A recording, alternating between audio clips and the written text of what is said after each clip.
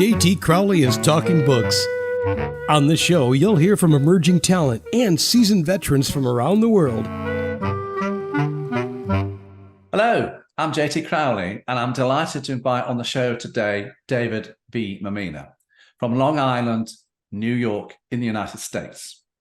He's here to talk about 3 of his books he has written: The Angels of Resistance, Torn Asunder, and his latest book, Death or Volentus, which he has just released.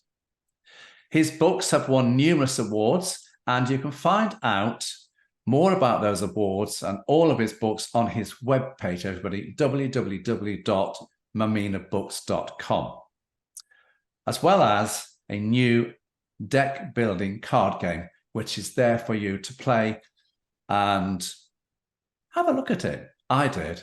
I thought it was fun. You can build, your front lines, with warriors and sorcerers from the characters in the books, plus defeat your opponent's forces and the evil that dwells within the deck. These books are dark fantasy, gothic horror, steampunk novels. And I said, if you want to know what steampunk is, go and look at my narrative or go and look at his webpage. I had to. I'd never heard of it before, steampunk.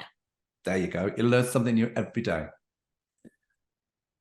David has been writing for some time, a passion you could possibly say stems back to his childhood. Apart from writing, David teaches history to middle school students with learning disabilities, a job, a career he thoroughly enjoys. Now, David and I have known each other for a year or two, so I am very pleased he accepted my invite to come on the show again to talk about some of his new books, especially his latest book, Death or Volentus. So let's bring him on to find out what he has to say about his books. David, come and join me. John, thank you so much for having me. This is very exciting, and you're right. We have known each other for a little over a year.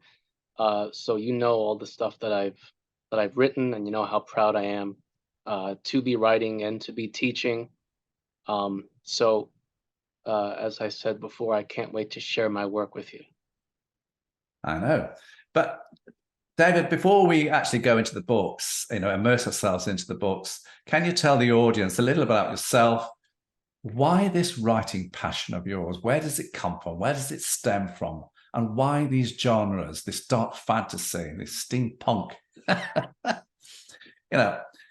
And is your dream? That's a great question. But is your dream here to be a multi-million award-selling author?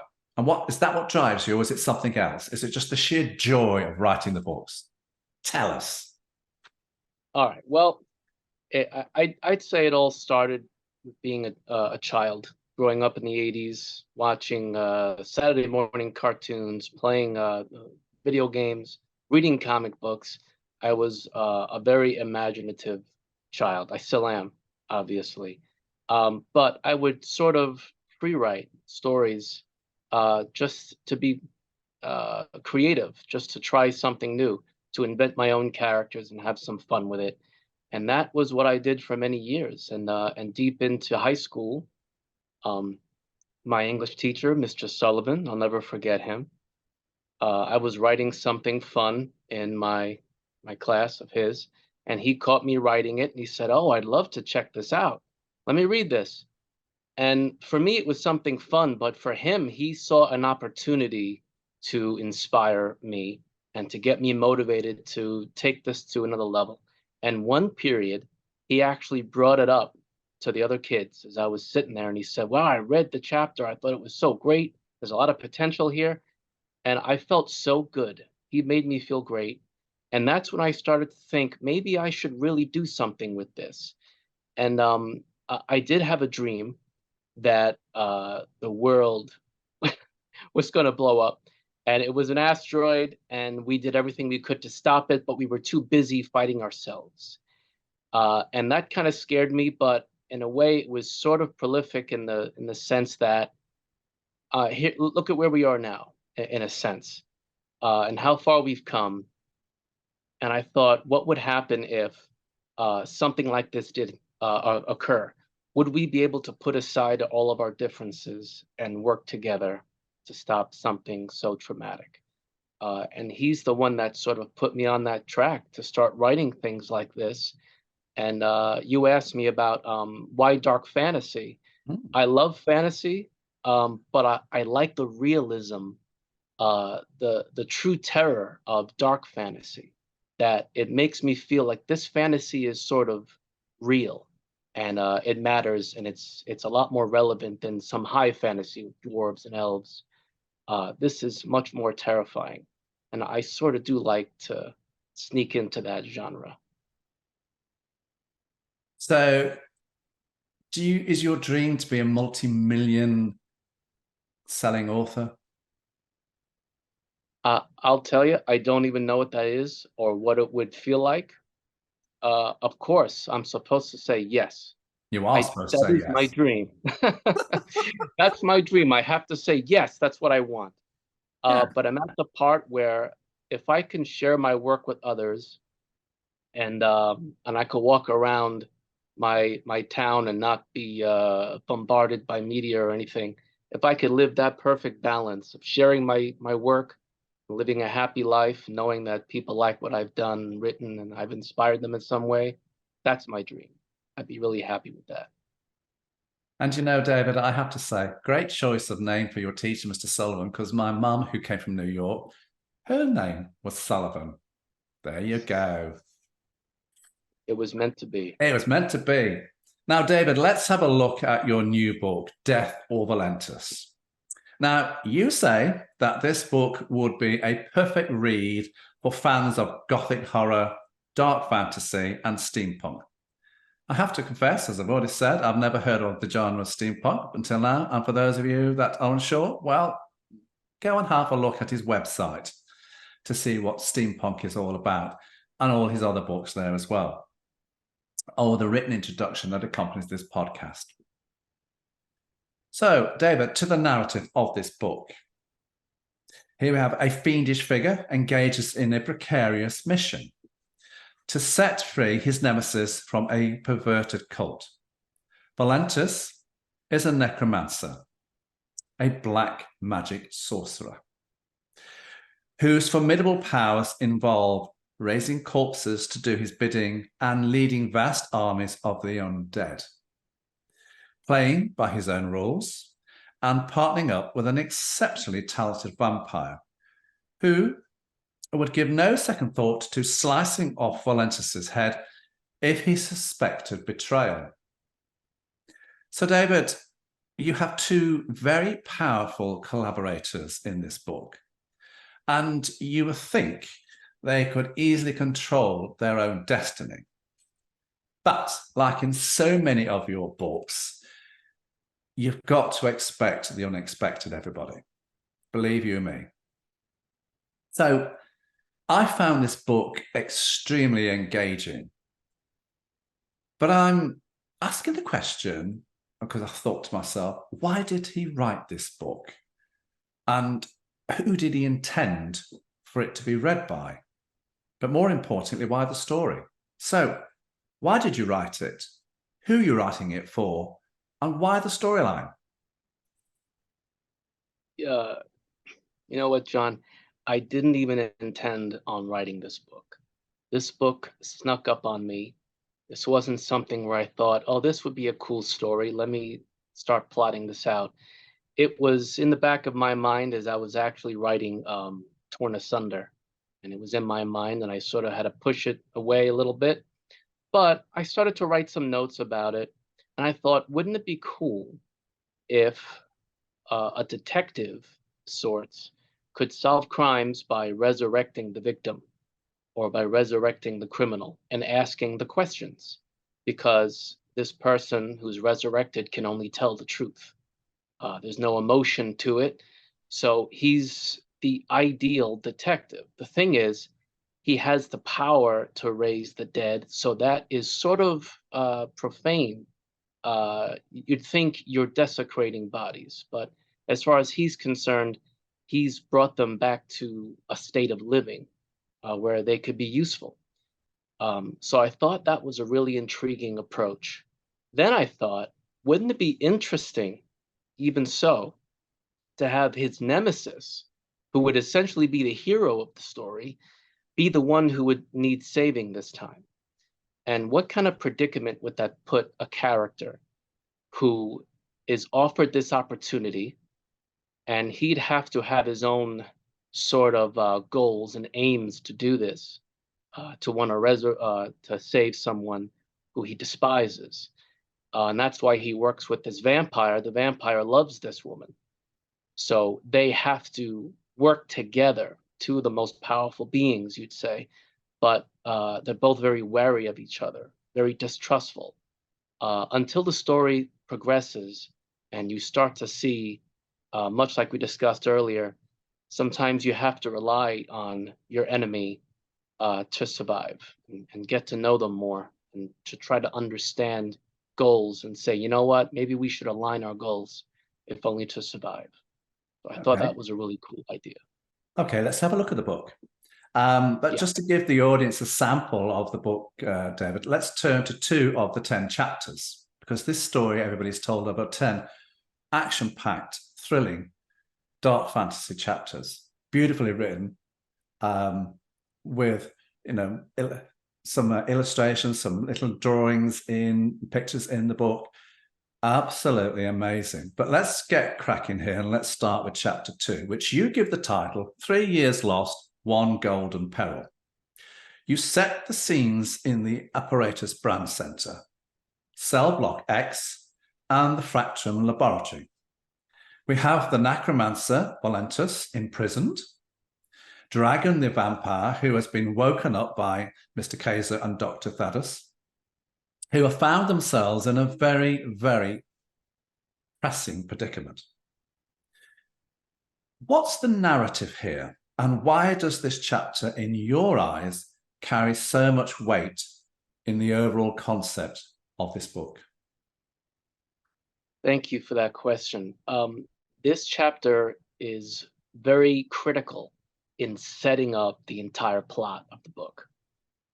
So it says 3 years lost. He's been in prison for 3 years. He has. Yes, and ironically, he's in prison for 3 years because he was thwarted and detained by his nemesis. So you could imagine the state of revenge, or this thirst or taste of vengeance that he's waiting for somehow. He wants that opportunity, but the opportunity that's given to him instead is, we need your help in aiding an operation which Dragon is going to spearhead. And Dragon has to convince Volentus to help him with information about this very deadly land, how to traverse it, where this cult is, where do you think she could be held? And he takes the opportunity to say, if you want my help, you're going to have to let me out of here, and I'll help you presently, because you'll never survive in that land on your own. Dragon understands, this is someone I can't trust, but I need to save this person, because not only is she important, she's the love of my life, but I have to be careful because this is his nemesis. So it's a perfect launching off point, I think, for the entire story. It's really exciting to see their dynamics sort of bounce off each other. And they do bounce off each other, everybody, but they are very mistrustful of each other. It wouldn't take much to tip the balance. Does the balance tip? Well, if you want to know, read the book. Now, I can't say fairer than that. Now, David, the other chapter you wanted to highlight for being another significant chapter was chapter 5, which you give the title, All That Matters. Now, when I looked at this part of the book, what stood out for me was the scene around Nightmare Garden, which you start off by saying, I quote, having trekked for over an hour deep in the recesses of Engard's barren lands of crags, fissures, and hazardous valleys, Dragon and Volentus are held up at a hill overlooking the rock face of Valcanic in the distance. Now, you have other scenes in this chapter, which you put under mad science, dungeon, revelations, and deafening irony. Why are the storylines and scenes here, and how important again is this chapter in relation to the overriding story in the book? Are you ramping this storyline up here? Oh, very much so. This is the key chapter that sort of flips the story on its head. So you think you're going somewhere. It all seems awfully predictable. You know, it's very linear. You figure these two characters are going to try to save this person.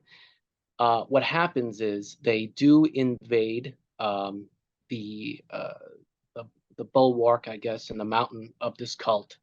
And without spoiling anything, Volentus changes almost on a dime, because for him, he is the other side of a coin to his nemesis.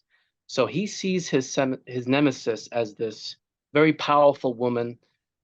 She was able to beat him when no one else really could, because of her power, as you'll learn in the book.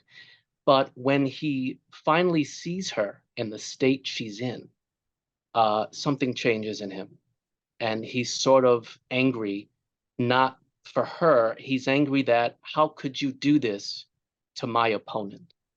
This is not my adversary. What did you ruin her like this? And instead of this vengeance he has for her, it almost goes away immediately, where he sees what's happened to her and how she suffered. And now he thinks, you'll pay for what you did to her. This was supposed to be my vengeance. And what you did to her, I wouldn't even have done. You went too far. And I think it sort of changes him as a character. He still has that villainous spark in him of playing by his own rules. But now the reader is going to look at him a little different. It's always a little difficult to predict what Volentus is thinking or what he's planning. But at this moment, the reader can finally say, I can relate to this person pretty profoundly.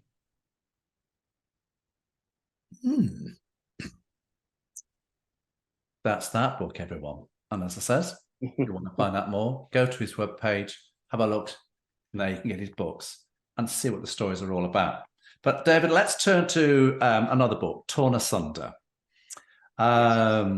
You know, this is one of your highly creative books, and this story touches upon the traumatic end of the Knight Templars, a remnant brand of knights in hiding, attempting to forge new lives for themselves in the Eastern Byzantine Empire. They're kind of reduced to shepherding duties, taking merchants and pilgrims through perilous lands, in particular, escorting a girl to safety in times of dangerous clans of assassins and encroaching Ottoman forces. And of course, you were writing this, and as you just said, you were thinking of death and Volentus, which I thought, so he writes one, but he's thinking of another one. How clever. My question to you is, was this book, Torn Asunder, a labor of love to write? But I'm more intrigued as to why you chose the topic and the subject matter and the storylines here and the characters. Yeah, you know what? This was sort of another book I didn't think I was going to write. I was actually teaching the lesson about the Knights Templar to my students. And every time I do, there's sort of this fascination with them and all of this mythology and these legends that sort of stem from them. You know, we think of like Friday the 13th as this unlucky day. Well, legend has it that's one of the reasons why Friday the 13th is an unlucky day. That's the day that King Philip had the Knights Templar rounded up and killed for no reason, really, other than he didn't want to have to pay their debts. So things like that. But for me, I thought it was very exciting because I said, you know what, let me just do research on it and see where they are and where they've been. And the more research I did, the more I began to realize, I think I should write something about this, write about the Templars that were able to escape and what their story would be about. And the more I thought about this, the more I said, this is something now I have to write. And that's how it started. Fascinating. Now, David, you and I talked about, before we came on and did this podcast, we've been chatting for several weeks, putting together what's going to go in this podcast interview. And in this book, I asked you what chapters best you thought reflected the storyline and what I thought reflected the storyline, the subject matter. Now, you opted for chapters 3 in Act 1, Honoured Pass, and chapter 8 in Act 2, The Lion's Maw. Why those two chapters, David? Clearly, they're important to you. So let's start with Honoured Pass. What are you doing here? Where are you taking the reader? What are you getting them involved with? Yeah, well, you know what? This is the first chapter that the reader begins to realize this mission that they took on to go pick up this girl from safety and then escort her somewhere safe. This is the chapter where everything sort of blows up in their face. The reader realizes this is not just going to be a mission that they were hoping would be sort of an easy thing. Honored Pass is sort of in history, there was something called the Long Road. And you would take this long road all the way to Jerusalem. You could, and there were many different stops. And this is a stop. And they're sleeping, or they're trying to sleep, and they realize they've been pursued by assassins, them personally, and they're under attack, and they have to fight for their lives so early in their mission. And they realize this girl is not just another mission. This is a do or die mission now for us. We haven't had to fight like this since we were Templars. It sort of awakens this need to survive and wonder, is this mission worth it? What have you got us stuck into this time? And I think the readers start to realize there's going to be high stakes here. And The Lion's Maw? The Lion's Maw is one of my favorites. They have the girl. Oh, yeah. They have the girl. Right, yeah. They have the girl, and they realize she's a lot more than what she seems. They are sort of pigeonholed by this assassin group. And the head of the assassin group is called the Risen Lion. And he's sort of cornered them. And it's time to make a decision here. The Risen Lion wants to take the girl away for a reason you'll find out. And the Templars have to decide, should we finish this mission the right way? Should we keep her safe? Or should we just let her go and just go about our way? We're not warriors anymore. What should we do? And their decision is to fight. So this is a Christian group protecting a Muslim girl. And I think this is the moment of the book where the readers can finally say the Templars have made not just their honorable choice, their moral choice. Very exciting. And when you look at the chapter, everybody, it's beautifully written and the storyline is just amazing. But I have a chapter that I wanted to go to. And for me, I found the most fascinating section of your book here was Act 3, strangely enough, especially the first chapter there, One Night in Caraza. And I hope I've pronounced that right. Now, very briefly, for we have other books to go and have a look at. David, what's the background going on in this section of the book? I understand you won't want to give too much away because we are getting towards the end of the book. But could you just tell the audience what's this scene about in this chapter? And is this a clue as to what is going to follow towards the end? You are 100% right. This is sort of a setup chapter to the big one. essentially the climax. And what's happening here is they're in Karaza. They made it. They're just about to dawn on the finale of their mission. And then they think, did we do the right thing? And it's each of the soldiers talking about their dreams that they had. And are these dreams relevant? And do they actually apply to her? Is it because of her, or is it because of our past, or whatever it is? This is the chapter that sets up essentially the fruits of their labor or the doom of their choices. So it's a great chapter you chose there, John. A lot of people, when they get interviewed, get the feeling that the person who's doing the interview really doesn't read their books, but they've just got a general set of questions. Well, let me reassure you, I read the books, I scan the books, and I make my own decisions as to where to go to. Yes, I listen to what the author has to say, but I also make my own decisions, and that was one of them, because that's what I thought it was. It was the beginning of the end, and he was right. It was a good choice for me to pick. But I knew that because I'd read the book, which is so important, especially for authors. They appreciate the fact that the interviewers actually spent time looking about their work and talking to them about their work and looking at their book. Thank you. Now, as I've already said, we've got another book to look at. I spent down 3 books, so here's the third one, The Angels of Resistance. Now, this is a whopper, everyone. It really is. The paperback version has 653 pages to it, so it's not an overnight read, and it's not a bedtime read.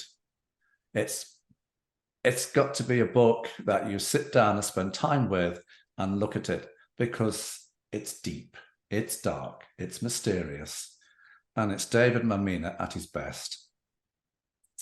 So, this book tells the tale of 1,000 years after the assumed apocalypse. A demonic army known as the Demon Plague has invaded the New World. We have various races and cultures split by their differences. One man, Michael Morell, joins forces with various warriors to unite the rival kingdoms to defeat the Demon Plague. But the kingdoms have to bury their old wounds. Will they?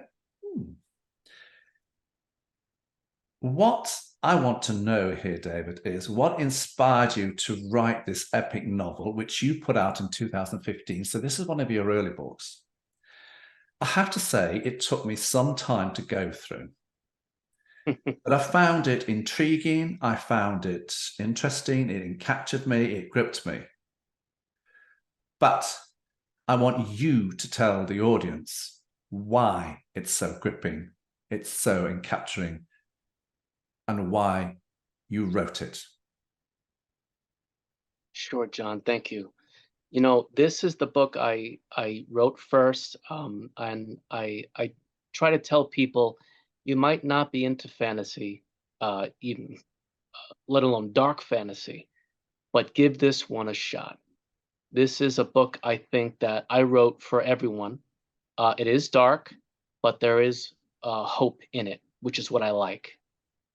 There's a lot of characters to pick from. There's a lot of characters you'll find yourself relating to. But what I love about it is it's a movie in your hands. So you said it's about 600 something pages. It reads like a 200-page book when you really get into it.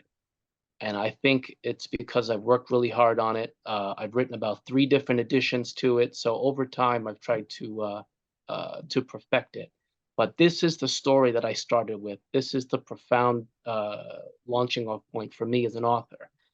And I think, as you said, this is me at my best. I think this is my favorite book. And I'll always go back to it. I just love it so much.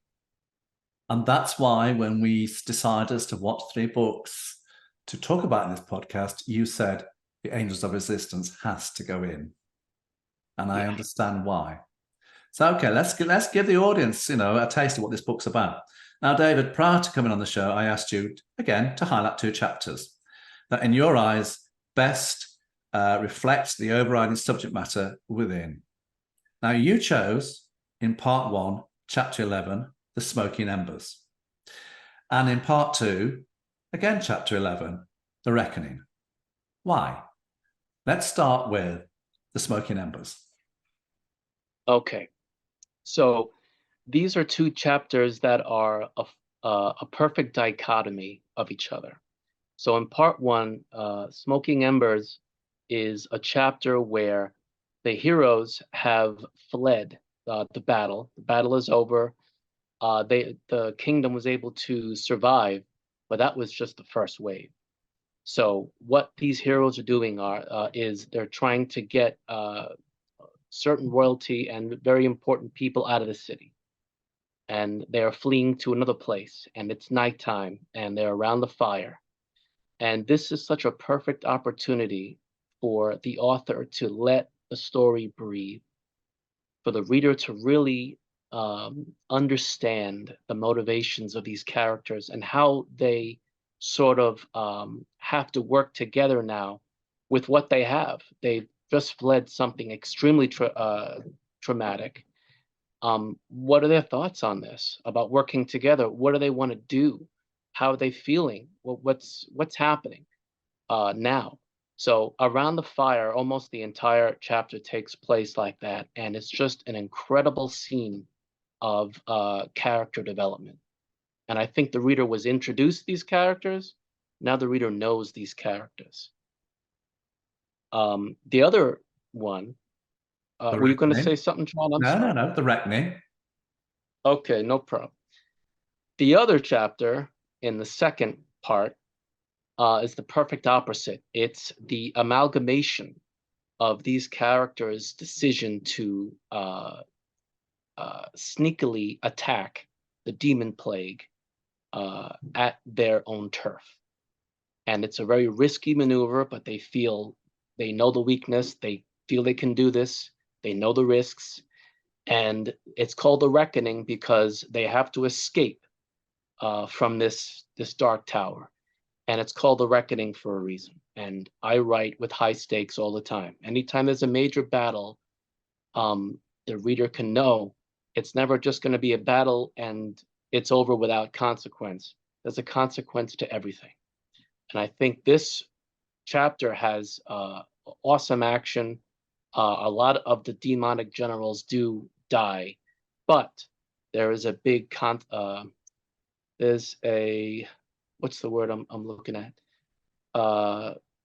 Consequence, I guess, for all this. No one gets off scot-free.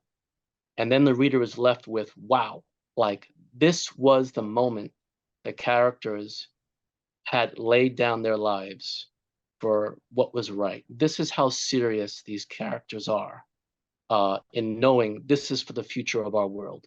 This is what we're willing to do. And it's a very precious chapter for me. These are 2 very powerful chapters in your book. Now, for me, can we go to chapter 6 in part 2? Because I liked this chapter. And again, for me, it really does emphasize the power of your writing skills in the book. I like the opening gambit. So what I'm going to do, everybody, is I'm going to read it from my Kindle here. And then I'm going to ask David to tell us the rest of the story in this chapter and this part of the book. So this chapter is called The Eve of War. It's chapter 6 in part 2. Between the high cliffs and the forest perimeter, a ninja clan was compelled to investigate the suspicious activity. They hid in trees and ditches as they scrutinized the sounds of toiled assembly. A ninja spotted the first ghastly mark of the clan's suspicions of an incursion. Torchlights illuminated the forest sector, and a tall, heavily armored warrior with a shimmering skull helmet supervised his dark troops prepare for an offensive.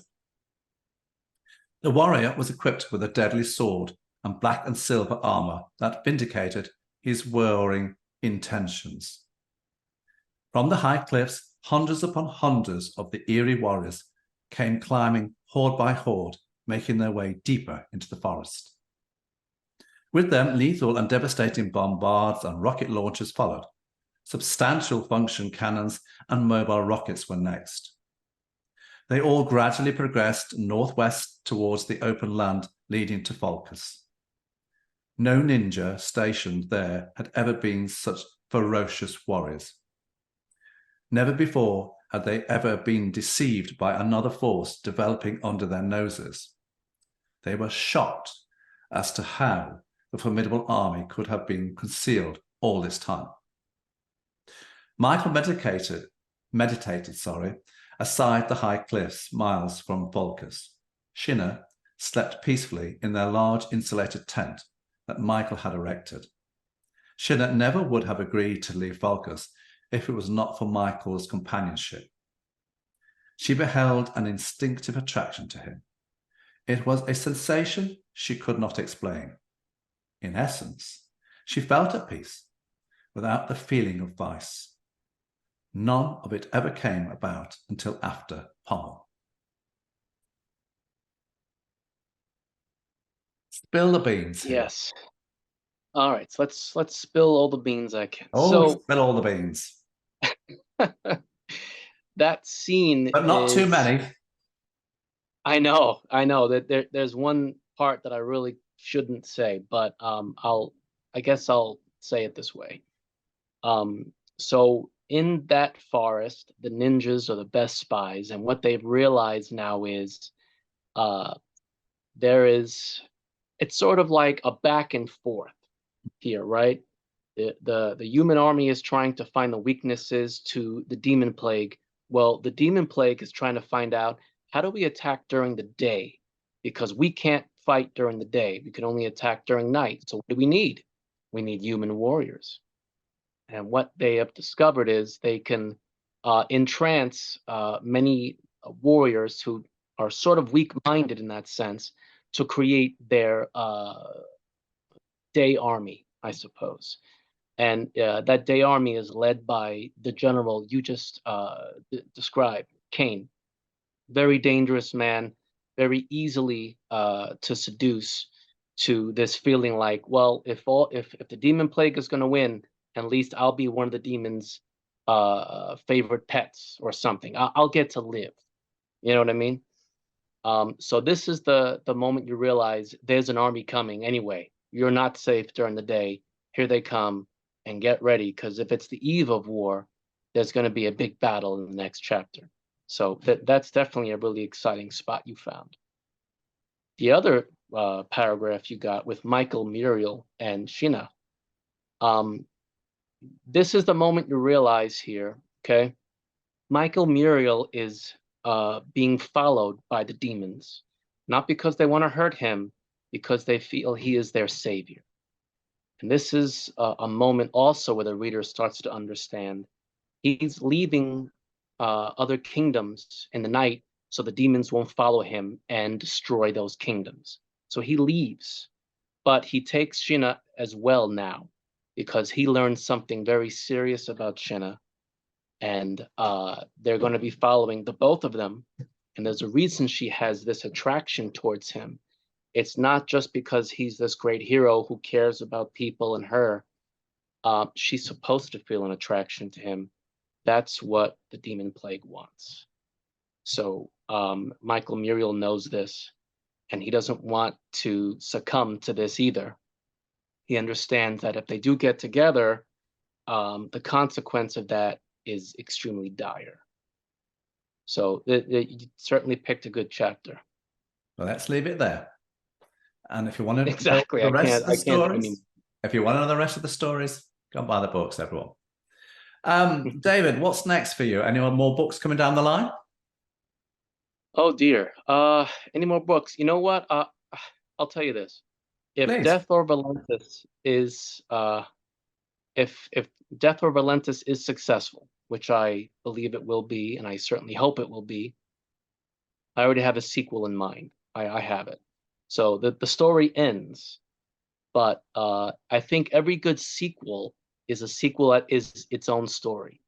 So I'm the kind of writer that doesn't leave readers wanting, oh no, well, why did he end it there? I always end my stories, but that doesn't mean the story is over. So I might write a sequel to it. I know my fiance is really asking for a sequel already. And for goodness sake, the book just came out, this one. So I'm going to have to really think on what I'm going to do here. But I'm going to do what I always do. I'll start outlining, and I guess we'll see where it goes. Okay.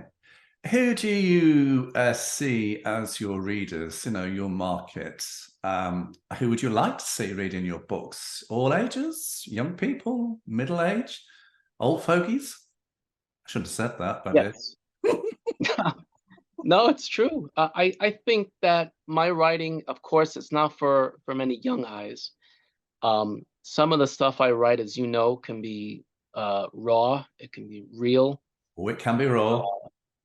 Oh yes, Oh, it can be, and it's not just for the sake of rawness. I don't do that. Every page I write is not wasted with any filler. Every page has a purpose, leading to something or has something to offer. So it's for anyone who likes to be engaged, as you said, in a great story. Whether you like fantasy or not, I really do think that my work is for you. You should give it a shot. I think you might be surprised. Where can people get your books from, David? Well, you can find me on social media, but I think my website is the best spot. It has the best deals. Every link you click on will send you to the book that it's the cheapest version of it, but it's completely brand new. It's mamminabooks.com. So my last name, books.com. And you can get the books on Amazon as well, everybody. Oh yeah, it's all over the internet. David V. Mammina, thank you for joining me on the show today, and I'm extremely glad you accepted my invite yet again. And I hope to interview you for a lot more books and many more years. David V. Mammina, everybody. I'm JT Crowley. Thank you. Thanks for listening, wherever you are, watching, wherever you are. So until next time, stay safe.